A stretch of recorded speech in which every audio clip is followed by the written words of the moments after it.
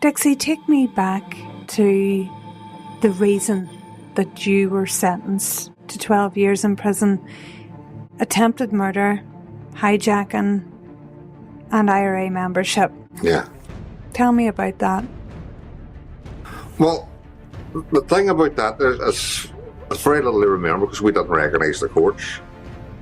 The courts became a battle. The Crumlin Road jail and the courthouse was at the far side of the Crumlin Road. There was a tunnel led from the Crumlin Road jail, still there to this day, across the courthouse. And we were taken across and that, and there was often battles. We refused to do things, we had protests and stuff like that. And we were, during the remand, we were brought before a judge. That was all, as far as we were concerned, was blah, blah, blah, blah, blah. We had no solicitors. We didn't recognise the court, so we didn't have solicitors. So it was us on our own. We were brought before the court, and we didn't listen to a word he says and blah. And it was the same in my sentence. I don't remember a thing about the day I was sentenced to 12 years in jail. We were talking about, we were defiant. We stood in front of the court and we let him blah, blah, blah, blah, blah. You're sentenced to 12 years. I was actually surprised. Like, I thought we got more, but 12 years was good. And, well, I thought, you know, and as I say, it was usually a 6-year no sentence, like half remission, but he ended up doing another 3 years on top of it. What was the circumstances of those charges? What? I mean, attempted murder. What had you done? They should have probably fired shots at a Land Rover going down the Race Course Road, and that was the attempted murder. Hijacking the van was just hijacking the van for operation, and IRA membership. You see, I was arrested. My door was kicked in and I was arrested, and at the time they were just waiting. Now we believe, I believe, and we all believe it was an informer stuff. We were getting all arrested and what done. You have to understand, we were only young kids, 19. We were pulled in.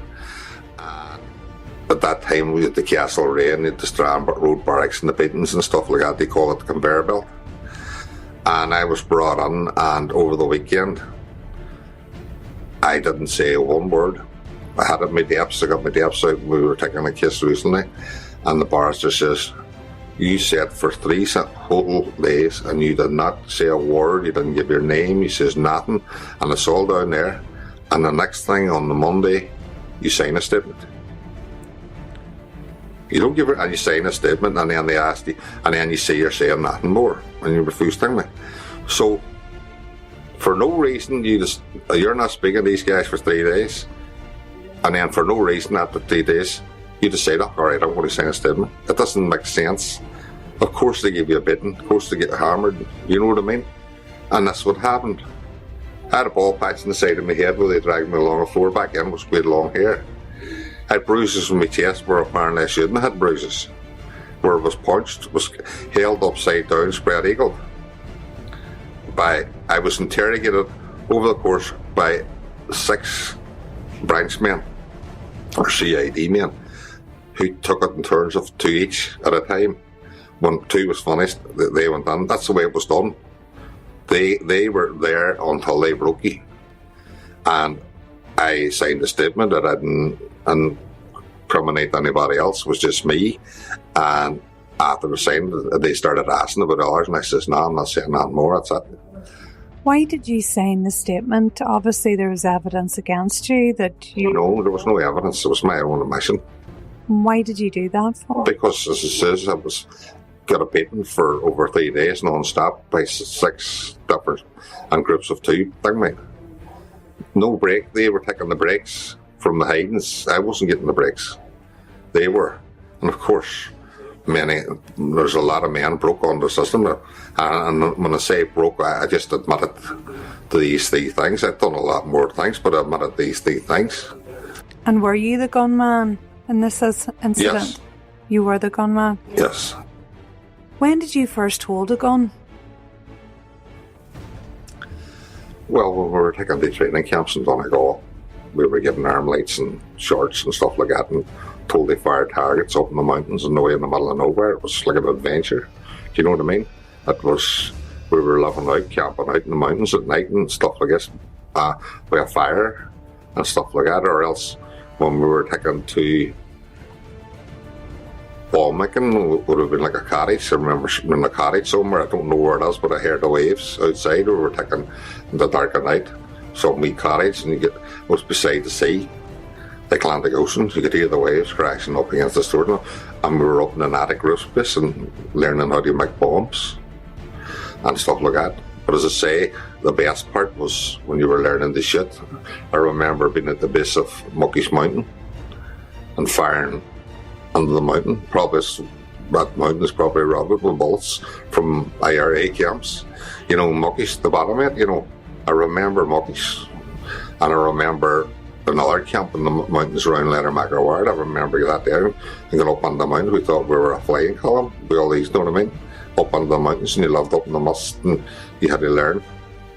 But that's what we were taken away. Now, we were young guys. It was great, you know. You were going up and we were firing real guns, real arm lights and stuff like that. You know, there was a bit of ethanol when you were doing that. Like, you know, there's no doubt about it. And stuff like that. For example, if you were going back then to this IRA training camp, there would be other boys or, you know... Friends? Yeah. And how many of you would be there? Friends. All from the one area. We all knew one another.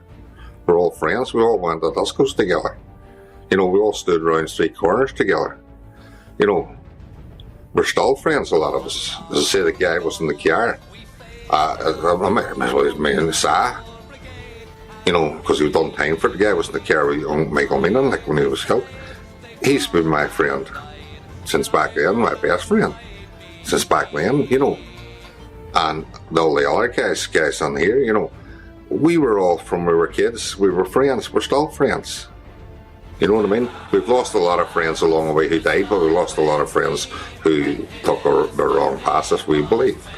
You know, followed Sinn Féin. But when you were in these IRA training camps, I mean, were you a young teenager, or were you? No, I was about for anything from between 16 right up to Wiscott. They were ongoing things. So there's a group of you there, and then you would be trained by older IRA men, basically. Yeah. And you'd be taught bomb making, shooting, and it was just like a big playground, basically. Well, that's what it was. It was, you know what I mean? It was an adventure. I prefer to be truthful, but it was an adventure. I remember sitting up in the mountains, watching the road below, and the lake across from the road, and, you know, you thought you were in Tom Barry's flying column, you know. Did your parents have any idea of your involvement with the IRA? Not really.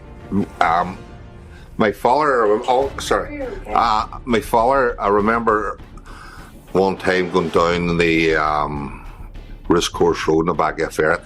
He would have climbed the back of, this is what, during riots, I would have climbed on the ferrets, a sort of small tank with a machine gun. And I would have climbed on the back of it when it was going slow with a ton of paint and painted out the hatches. But I was in the back of it and I picked up speed and I was stuck in the back of it going down the Risk Course Road, and I heard a car horn bumping behind me, and I looked around, it was my dad. And I jumped off, and my father says to me, in no truer words that he said to me, he says, first of all, what were you doing in the back of that tank? And he says, what's going to happen to you is you're going to end up in jail or dead, and McGuinness is going to end up in a big house. That was his very words back then. And, you know, as I say, that would have been, he probably thought I was only riding and stuff, because I'd actually, my father cried coming up to see me in Fuss's and all, he couldn't believe it. You know, as I say, like, and my mother would have been too, but it was my father took it the hardest. You know, he didn't really believe it. He knew it was riding because he knew all kids ride at that age and stuff. We'd done all that stuff. You know, he was young himself, and he was a tearaway when he was young himself. He often told us that because his mother died when he was young. And but I don't think he actually believed that I was a member of the IRA or anything like that, you know. Dixie, do you have any regrets? I mean, you went out to kill. You were quite happy with killing someone. I don't, truth be told, you know, we would say that now, and there was a lot of guys would say, oh, no problem, lads. You know, it's not easy to kill somebody. I've never killed anybody, but you know, you'd sit to say to yourself, oh, you know, would I have killed him? You know, would I have, if I had shot that soldier in the back of a Land Rover, would I have been able to live with that? You know, I don't know, because I didn't shoot the soldier in the back end, you know, and the back of a Land Rover and stuff like that. But I know guys who did, and guys who was very, you know, did a lot of killing and stuff like that. Many of them guys is alcoholics now. Their heads is messed up. They're good guys and stuff like that. And they can't accept that they kill people for nothing. For absolutely nothing. And that the people that were sending them out is now growing rich, and they're travelling the world and they're meeting politicians, and a lot of them who, like us, like I can't get into America or Australia, but there's guys who was in jail along with me who can travel freely to America and Australia. You know, the politicians, and not only the politicians, it was, you know, I noticed another boy saying he was just on his way back from Melbourne. You know, I wouldn't get into Melbourne, but this guy was a blanket man. But he's now on the side of Sinn Féin, you know. So, what's going on there? Like, that's not English. So when you came out of prison in 1995, you were prepared to go back into violence and carry out violence? Well, I was prepared for the war, you know. But the fact of the matter was that, you know, I didn't see it going anywhere, the war or stuff like that, and with ideas and stuff like that. But then I just decided, within a short space of time, no, I wasn't, and I left. You know, you would have people saying, oh, so you left the war in 1986 or whatever, you know. You'd have them pumped with gas. One guy in particular was using this and they caught it out like it was, the guy's very rich now. Owns a lot of property and stuff like this, you know, and he didn't do much himself, although he was in the ARA, you know. But this is the fact of the matter. You have to understand, there was a lot of guys in the ARA who didn't do anything. You know, they led, but they led from a safe distance. You know, so this was another thing too. You know, there was guys who led from a safe distance. They are now, a lot of them is now very rich landlords and stuff like that, own bars and stuff like that, while the guys who actually fought died young. And that was going right back, I noticed that right back in my youth as a 16 and 17 year olds. The guys recruited us in the ARA that was sending us out, even as 16-year-olds with bombs and stuff like that there, and rifles. They'd never done anything. A lot of them never went to jail. A lot of them were still there when we got out of jail. You know, this is the thing too. And meanwhile, young men and women was dying under the so-called leadership of people like this, OCs and stuff like this. And one guy, a very close friend of mine's, after we had all went into jail in 1976, the half of Chantala was wiped out. He was one of the few remaining. And he says what he remarked at the time, he couldn't believe there were so many ARA volunteers he didn't know about in Chantala, because most of them was in intelligence. Now what intelligence was guys who joined the ARA just to be able to say they were an ARA. They didn't do nothing, but he says, oh, we're our own intelligence. So it had a massive intelligence, although half of them wasn't even intelligent, this is. You know, they weren't smart. But there was a lot of guys too joining like that, you know, to be able to say I was an ARA, but they didn't do anything. They just says, oh, we're intelligence and stuff like that. So take me on your own journey, Dixie, into violent republicanism. You know, what age were you when you became involved with the Provisional IRA? I was about 16. That's for most people my age. I got involved when we lived in the old Rosemount, the old terrace streets at the top of the hill on Craig and Hull. There was a police barracks 2 streets away. And of course, it was attacked in 1969. And it was attacked again in 1970 when the British Army occupied it. And I always remember that growing up, that our street actually became the outer defences of Rosemount Barracks. They built a sandbag post at the bottom of the street and they built a sandbag post at the top. Therefore, if you had to get out, you had to go through the sandbag posts to get out. And as I say, there was always rioting. I remember firing stones at the sandbag post at the top of the street and going on through the sandbag post at the bottom of the street to get into my house. You know, this is from when we were young kids, like, 15, 14 kids. Then one day there was a bomb at the street, the Sanger at the bottom of the street, and there was 3 British soldiers, and the Bowling Green was killed. And half the roofs was blown off our house. And this was the house that my generation of my family, and going right back to my great-grandparents, had lived in. On the street, actually, the street they had lived in. So we had to leave. They are neighbours. My father was a Protestant, he was a Presbyterian. My favourite uncle, my Uncle Ernie, was a Presbyterian.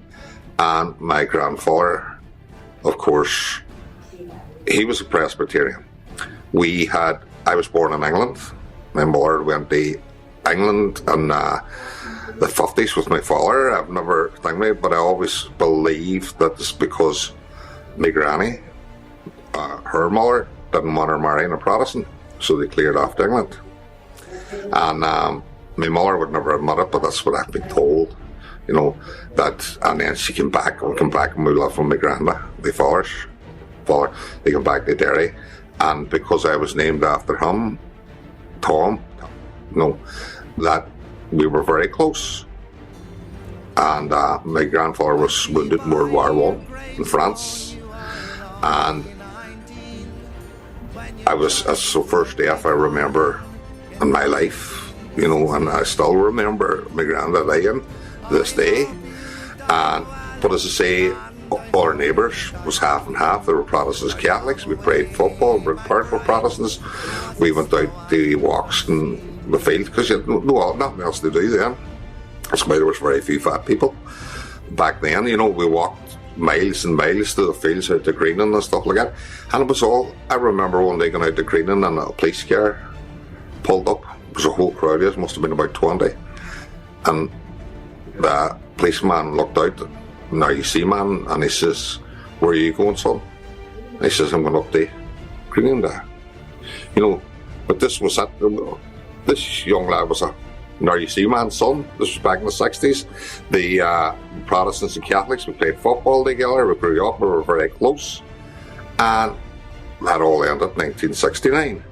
Now, what my father always says, my father always told us a story. He always says there was 2 bands in Rosemount. There was the AOH band and the Orange band. They all drank together in Gregory O'Kane's bar. They shared instruments, and they were friends. His friends was all Catholics and Protestants and vice versa. After the 12th, they came in and there was a bit of banter and stuff like that. There was no sectarian hatred and stuff like that, and he blamed Paisley. He says none of that was happened till Paisley came along, and he always blamed Paisley for it. And of course, when we moved in after the bomb and stuff like that, we moved to Cairn Hill, a housing estate, and it broke our hearts. But that's then when I became involved, firstly rioting and stuff like that. And these guys took me aside and says, "You're not afeard or stuff, fearless and stuff like that." And I was a young guy. I was impressed with this. These guys, as they were the IRA. No, they're telling me I'm feared. And I was recruited on the IRA. So what an interesting background, Dixie, that you came from a mixed family. Your father was a Presbyterian, but still you ended up joining the IRA. You have to understand at the time that the British Army was attacking, raiding homes and beating us up, and we were getting harassed as young people by the British Army. And the RUC was far worse. People would say, "Oh, we understood." Like, I was only a kid, we didn't understand about gerrymandering, we didn't even know what it was or anything like that. But it was happening. Our parents knew it was happening. And I almost have to say this, like my father was a Protestant, his family were Protestant. Our house was no different to the Catholic houses. We had no different. We brought up hand to mouth and stuff like that there. No, we were no different, and the other Protestants in the street were no different. They were led to believe that they were better than us. That was only that. They were told they were better than us, they believed they were better than us, but they weren't. We were all the same deep down. You know, that's one of the reasons now I don't have no time for religion. Because of, you know, that's what's divided us. But at the time, it was that we were getting harassed. The British Army was in our streets. It was our streets. It was our home and stuff like that. They were kicking on, literally, they were kicking on our doors, you know, and we believed they had no right to be there at the time and stuff like that there. And they still have no right to be here. But what I'm saying is, there was also a Protestant volunteer in Chantala, Davy Russell, who was killed carrying a bomb along with another. He was carrying a bomb. He was a Protestant. He lived just in Steelstown, which would have been a middle class area above Chantala. But the fact was, he was going on to Chantala. He was running around guys. It's just where we were brought up. We happened to be brought up there, and this was it. We were experiencing all this and stuff like this. You know, maybe would have come from middle class or upper class areas. I don't know. We might have been better or something, but this was as we were working class kids and stuff like that. And the larger part that, as I say, and it was always the thing, that these people was exploiting us. These people wasn't willing to do this themselves. We were often told, oh, I done my part, now it's your turn. You know, this was the oldest one in the book. You know, this is your turn. But, as I say, I believe that violence was the only way then, that it was the only way to achieve anything, and it was the only thing. But sure, it didn't work. Do you believe that there was an alternative to violence? Because this week in the news we've heard that some Sinn Féin leaders have said there was no alternative. What's your belief? Well, you see, Sinn Féin will be saying that this week, and they'll be saying something different, you know. The thing was, back then, I believe there was no alternative to violence. That was, as I say, the British Army came on our streets. Catholic people was battened off the streets because they demanded civil rights and everything else, and they were beaten off the streets. And after the Battle of Bauxite, and they sent on the British Army. The British Army came from England. They came from England, and they were a foreign force. They turned their guns. I think it was Bernadette Devlin says that, how could they be here to keep us apart if their guns is facing us? You know, their guns was facing under the bauxite when they landed, not anywhere else. And it was always Catholic doors getting kicked in and things like that, and raided and stuff, and Protestant doors and stuff like that there. You know, Catholics was nationalists and all, and Republicans was getting interned and stuff like this. So this was a foreign, as we say, a foreign occupier. And that's why I believed in the war, and I believed in that. But now looking back on seeing that the people who encouraged the war and who led the war didn't really believe in it. You know, it was an opportunity, and it was a way into a better politics and stuff like that they used. And it's always happened in Ireland. You know, with Devlin era and ones like that there. It's always happened, and it'll continue to happen, and it'll continue to go on. So they say, was there an alternative? Back then, no. They came onto our streets, they came onto our towns and cities from England, and they kicked on our doors, and they shot people dead on Bloody Sunday on our streets. And therefore, we believed people that was protesting peacefully. So that's why I believe there was no alternative back then. But now, as I say, the IRA leadership at a date, I don't know, but it must be before 1987, around that time, decided that there was no alternative, and they took that path, so it should have ended then. That's my point, you know. And for them, as they say now, there was no alternative. They'll say something different next week or the week after.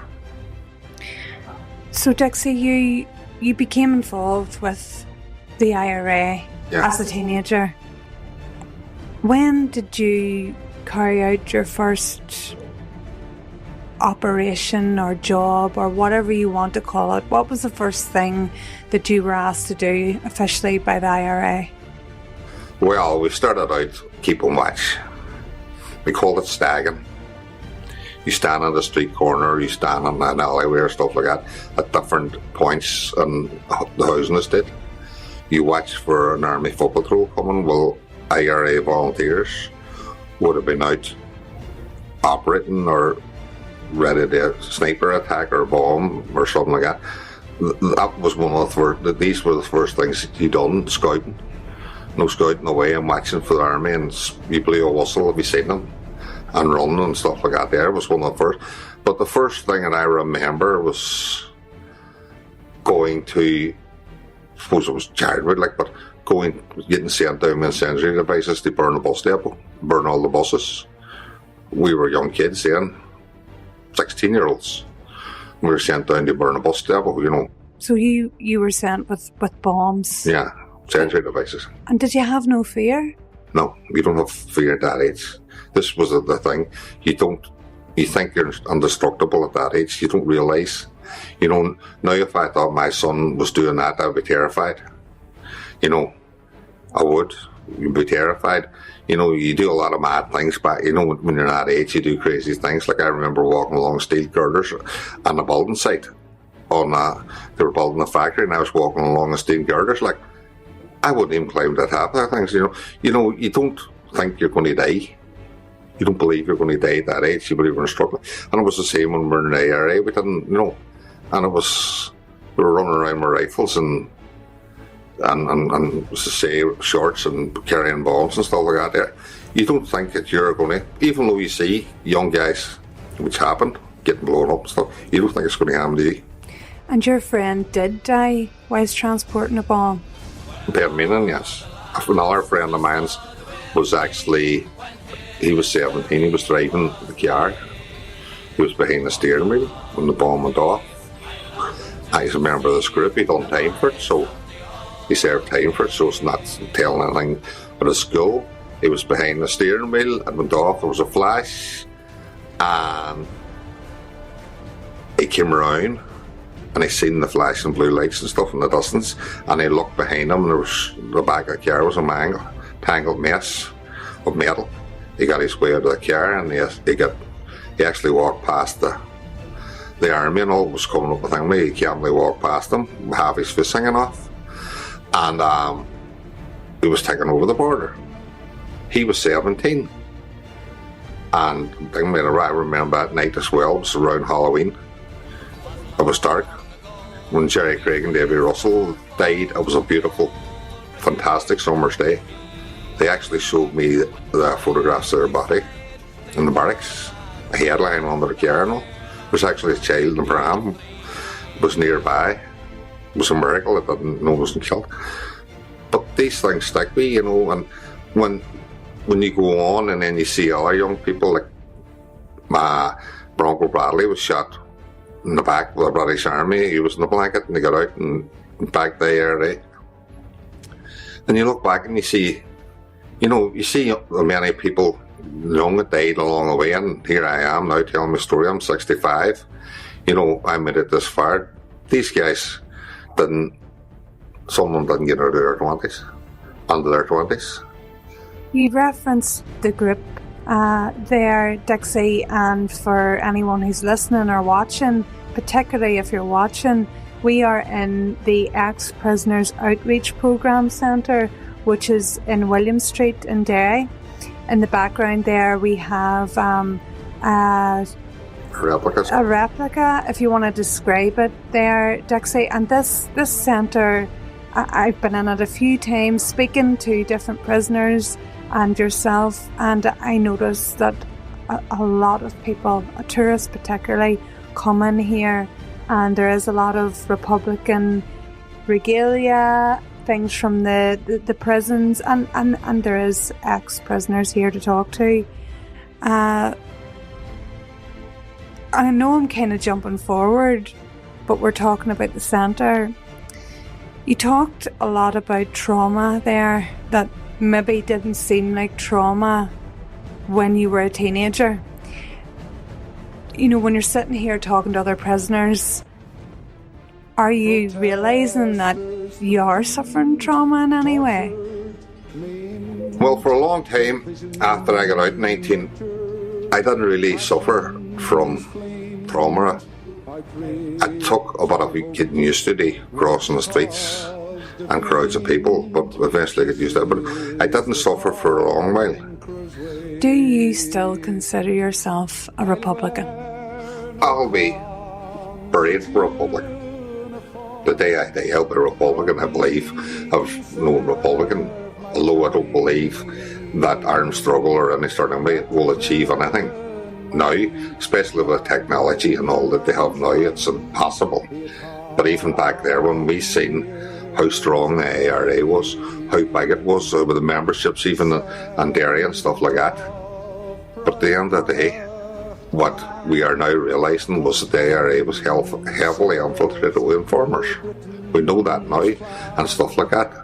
So what would it be like now? These guys don't even need informers now.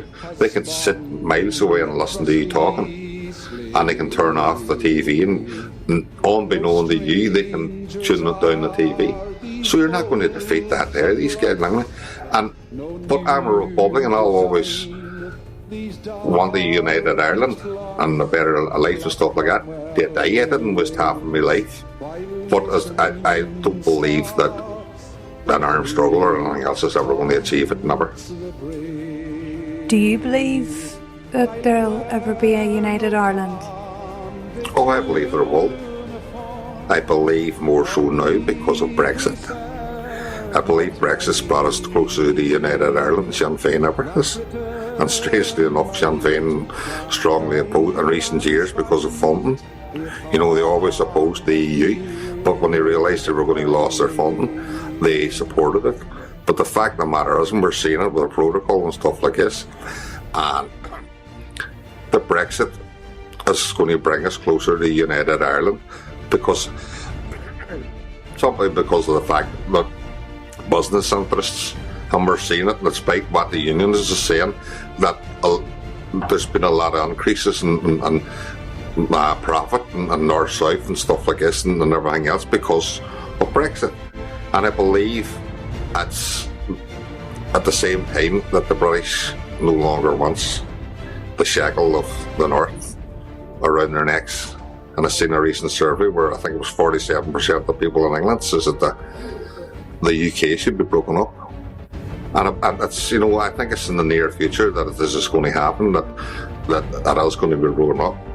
But I sort of question, you know, what is going on. Is Sinn Féin and the British, because of recent statements they've made and because of where they are with the royal family and stuff, are they going along the lines of the United Ireland within the British Commonwealth? Mary Lou has said only a couple of years ago that the British Commonwealth should be on the table.